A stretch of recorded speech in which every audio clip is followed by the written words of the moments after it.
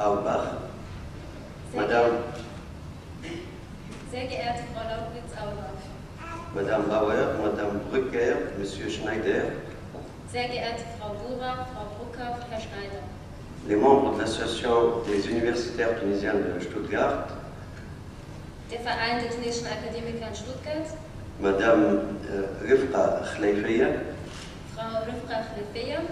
Je vous remercie de m'avoir invité chez vous. Ich bedanke mich für Ihre Einladung. C'est avec un grand honneur et un immense plaisir que je suis venu de Tunisie pour passer quelques jours avec vous. C'est le citoyen d'un pays certes petit, mais dont l'histoire est plusieurs fois séculaire qui parle. Es ist mir eine große Ehre und eine große Freude, heute hier zu sein. Angereist bin ich aus Tunesien, dieses kleine Land mit so bedeutender Geschichte, um diese Stunden mit Ihnen zu verbringen. C'est aussi le photographe, certes petit photographe, mais qui a eu la chance en 2011 d'être témoin d'un événement à caractère mondial qui vient montrer ce qu'il a vu. Oui, ce qui s'est passé en Tunisie n'est rien de moins que la première grande bonne nouvelle de ce 21e siècle. Ich hatte 2011 die Chance, Zeuge eines bedeutenden Weltereignisses zu sein. Davon berichte ich Ihnen heute. Das, was in Tunesien im vergangenen Jahr passiert ist, ist in meinen Augen die erste gute Nachricht des 21. Jahrhunderts. Rien ne me prédisposait, il y a un an, jour pour jour, à pratiquer une spécialité de la photographie que je ne connaissais que théoriquement. Völlig unvorbereitet kam ich vor genau einem Jahr dazu, diese Stilrichtung der Fotografie auszuüben, die ich bislang nur in der Theorie kannte. Enseignant, j'ai abondamment évoqué devant mes étudiants le courage de Robert Capa à Omaha Beach, l'audace d'Eddie Adams à Saigon ou de Nachtwey à Gaza. Je dissertais sur la composition de leurs photos, l'impact de leurs reportages ou la force des idées qui les guidaient, sans savoir exactement ce qu'ils ressentaient au moment même où ils ont réalisé leurs images. Avaient-ils peur? Cherchent-ils systématiquement et coûte que coûte la bonne photo? Als Dozent habe ich mich an den Mut der Kriegs- und Krisenfotografen erinnert, wie zum Beispiel den von Robert Capa in Omaha Beach, von Eddie Adams in Saigon oder von Nachtwey in Gaza. Ich habe mich mit der Komposition deren Fotos und der Macht ihrer Ideen beschäftigt, die mich faszinierten, ohne wirklich zu wissen, was sie fühlten, als sie diese Fotos geschossen haben. Haben sie Angst gehabt oder haben sie nur nach den besten Fotos gesucht? Revenons, si vous voulez bien, à décembre 2010. Nun kehren wir aber zu den Geschehnissen im Dezember 2010 zurück. Un décembre sanglant. Il faut rendre grâce à ces téméraires qui ont sonné le tocsin dès décembre 2010, ceux qui ont partagé sur Facebook les premières images d'un carnage sans précédent dans nos contrées. À Sidi Bouzid, à Kasserine et Talat, on assassinait des Tunisiens parce qu'ils réclamaient un emploi ou une amélioration des conditions de vie. Comme la quasi-majorité des Tunisiens, j'ai donc suivi ce qui s'est passé avec un effarement teinté d'incrédulité. Blutiger Dezember. Unser Dank gilt den Helden, die ab Dezember 2010 die Sturmglocken läuteten, indem sie die ersten Bilder eines in unserem Land nie dagewesenen Gemetzels auf Facebook veröffentlichten.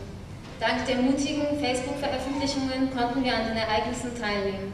In Sidi Bouzid, Kasserine, Talat wurden Tunesier ermordet, weil sie Arbeit und bessere Lebensbedingungen erforderten. Wie fast alle Tunesier habe ich diese Ereignisse mit großer Spannung, Bestürzung und Ungläubigkeit verfolgt.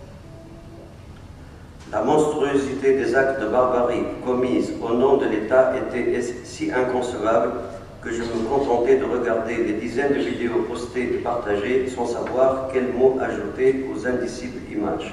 Des Tunisiens assassinés, jetés à même le sol ou sur des lits d'hôpitaux avec des blessures de guerre, des couloirs bandés de morts venus eux aussi constater l'ampleur du massacre. Handicapé par la terreur qui régnait depuis les dernières années de Ben Ali, je n'osais même pas commenter. Moi qui étais bavard aussi bien dans mes discussions, dans mes cours de photographie que dans mes chroniques, je restais sans voix. Die Abscheulichkeit der barbarischen Akte, die im Namen des Staates verübt wurden, waren unfassbar. Ich habe mir die zig Videos auf Facebook angesehen, ohne deren Herkunft zu kennen, und habe sie weitergeleitet, ohne die schrecklichen Bilder mit Worten zu beschreiben.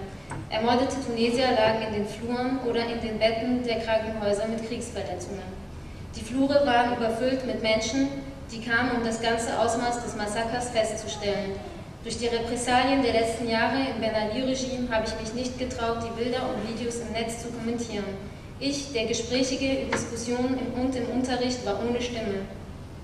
Oui, j'avais peur. Je fus tétanisé par ce rouleau compresseur qui venait avec une vive allure.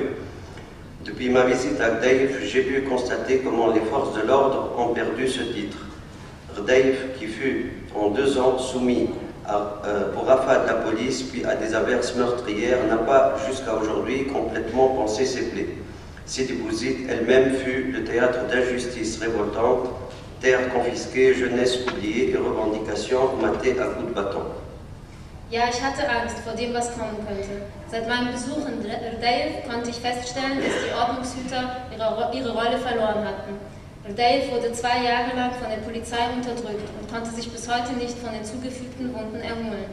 Sidi Bouzid war der Ort der empörenden Ungerechtigkeit, der konfiszierten Landgüter, der vergessenen Jugend und der unterdrückten Forderungen.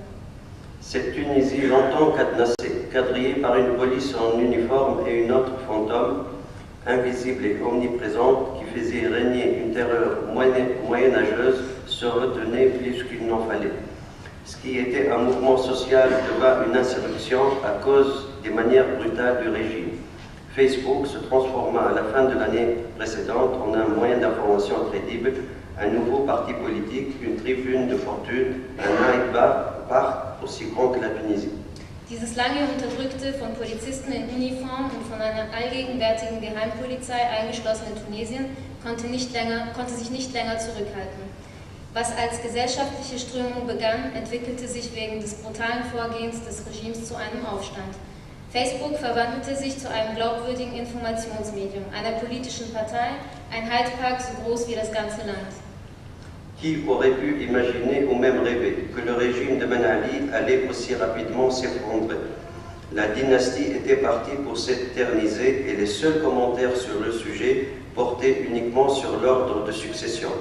Un parallèle pourrait être établi entre le suicide de Bouazizi et les actes suicidaires des autorités politiques. Les deux n'ont pas calculé les conséquences de leurs actes. Les deux ont été réalisés dans l'urgence et faute de mieux. Wer hätte gedacht oder sich erträumen können, dass das Ben Ali-Regime so schnell einstürzen würde?